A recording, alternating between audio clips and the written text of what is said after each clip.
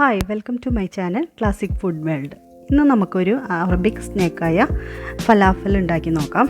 അതിന് നമുക്ക് വേണ്ടത് വെള്ളക്കടലയാണ്. അതൊരു 5-6 മണിക്കൂർ കുതിർത്ത് വെള്ളം ഫുള്ള് കളഞ്ഞിട്ട് എടുത്തതാണ്. വേവിക്കൊന്നും ചെയ്യണ്ട, പക്ഷെ തീരെ വെള്ളം പാടില്ല കേട്ടോ. അരയ്ക്കുമ്പോഴും പാടില്ല, ഇതിലും പാടില്ല വെള്ളം. എന്നിട്ട് അതിൽ നമുക്ക് വെളുത്തുള്ളി, പച്ചമുളക്, പിന്നെ ഒരു സബോളയുടെ വലുതാണെങ്കിൽ പകുതി, അല്ലെങ്കിൽ ഒരു ചെറിയ സബോള, പിന്നെ മല്ലിയില. അവരുടെ ശരിക്കും പാഴ്സലിയാണ്, ഞാൻ ചേർത്തേക്കുന്നത് മല്ലിയിലയാണ്. എനിക്ക് പാഴ്സലി കിട്ടിയില്ല, അതുകൊണ്ട്. പിന്നെ മുളക് പൊടി, കുരുമുളക് പൊടി, ജീരകപ്പൊടി, പിന്നെ മല്ലിപ്പൊടി.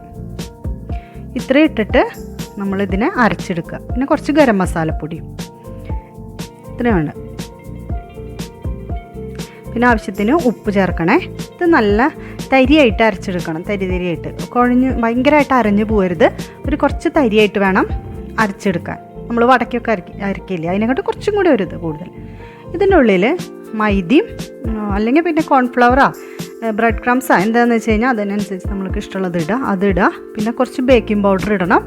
അതുപോലെ നാരങ്ങാനീരും ഒഴിക്കണം.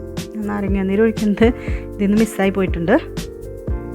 കുറച്ച് നാരങ്ങാനീരും കൂടിയും ഒരു നാരങ്ങയുടെ പകുതി ഒഴിക്കുക. പുളി അനുസരിച്ചിട്ട് അഡ്ജസ്റ്റ് ചെയ്യണം കേട്ടോ. അതൊഴിച്ചിട്ട് നന്നായി കുഴയ്ക്കുക.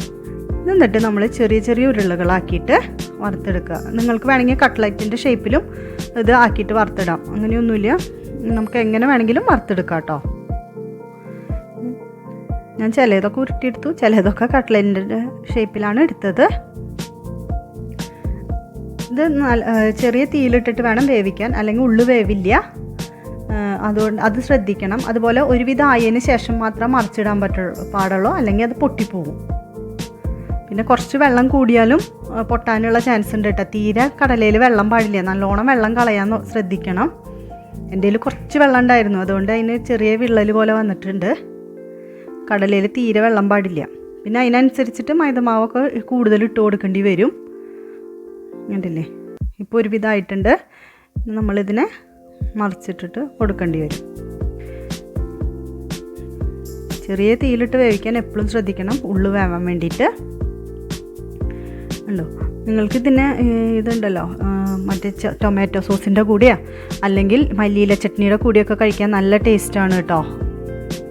പിന്നെ അവരുണ്ടാക്കുന്നത് ഒരു വെള്ളക്കടല വേവിച്ചിട്ടുള്ള ഒരു സാധനമാണ് കഴിക്കാൻ ഉപയോഗിക്കുക. അത് ഇഷ്ടമാവാത്ത കാരണം ഞാനത് ഉണ്ടാക്കിയിട്ടില്ല. പക്ഷേ ഇതിൽ ഡെക്കറേറ്റ് ചെയ്യാൻ എടുത്തിട്ടുണ്ട് അവസാനം.